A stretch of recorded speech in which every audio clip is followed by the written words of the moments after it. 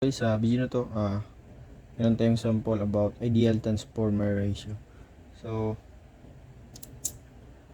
may sample tayo dito na an ideal transformer na has a primary side of 220 volts and secondary side na 110 volts. Transformer carries a impedance of 6 plus reactance of 8 ohms, load at the 110 volt side. Under this condition, calculate the current in the 220 volt side. So, hinahanap natin yung nito, yung current sa primary side. So, meron tayong given dito na sa primary 220, sa secondary voltage 110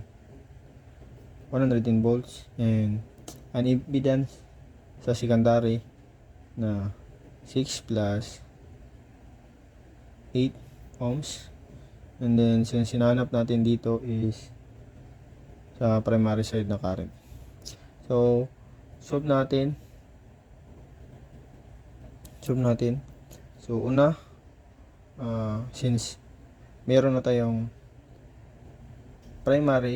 secondary voltage and impedance voltage, makukuha natin dito yung yung current sa primary side. Makukuha natin yung current sa primary side. Pero para makuha natin yun, ay sa secondary pala to. Makukuha natin yung impedance. Para makuha natin yun, kunin mo natin yung impedance magnitude, which is R squared plus reactance squared.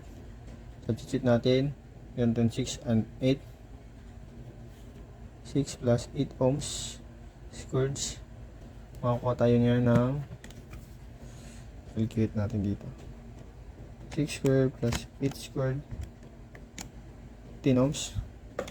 So 10 ohms ang iligay natin dito. 10 ohms. Meron tayong 10 ohms para sa impedance. So makakalculate na natin yung current dito sa secondary side, which is substitute na natin 110 tapos 10 ohms.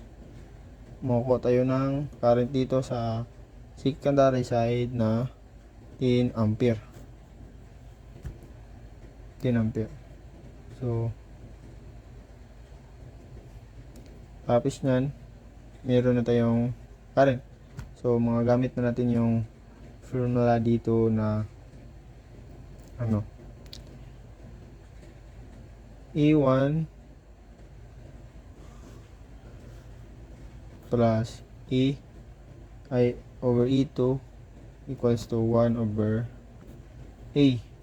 Since meron na tayong A1, A2, I2, I2, I1, tsaka yung ratio niya. Next natin kunin is yung turn ratio pala, which is yung turn ratio is E2, makakuha natin sa E1 plus E1 over E2. Yan yung makakuha natin yung turn ratio natin. Substitute na natin, which is meron tayong E1 na 220, 110 na volts, makakuha tayo ng 2 yung ratio natin. Substitute na natin yan dito. I1, since I1 yung hinahanap natin, ito yung hinahanap, I1. I2 natin, makakuha tayo ng 10. And then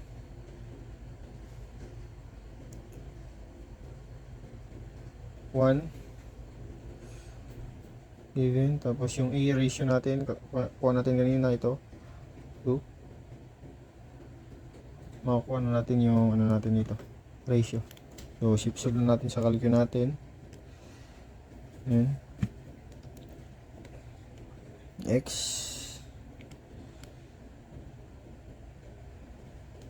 Di- uh, 11 pala to. Hindi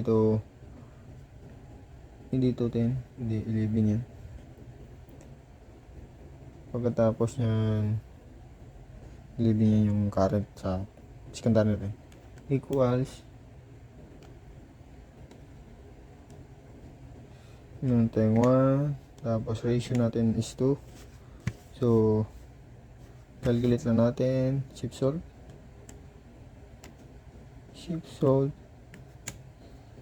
Kuha tayo ng 5.5. So, current natin sa primary na 220 volts is 5.5 ampere. So, yun lamang po. Salamat.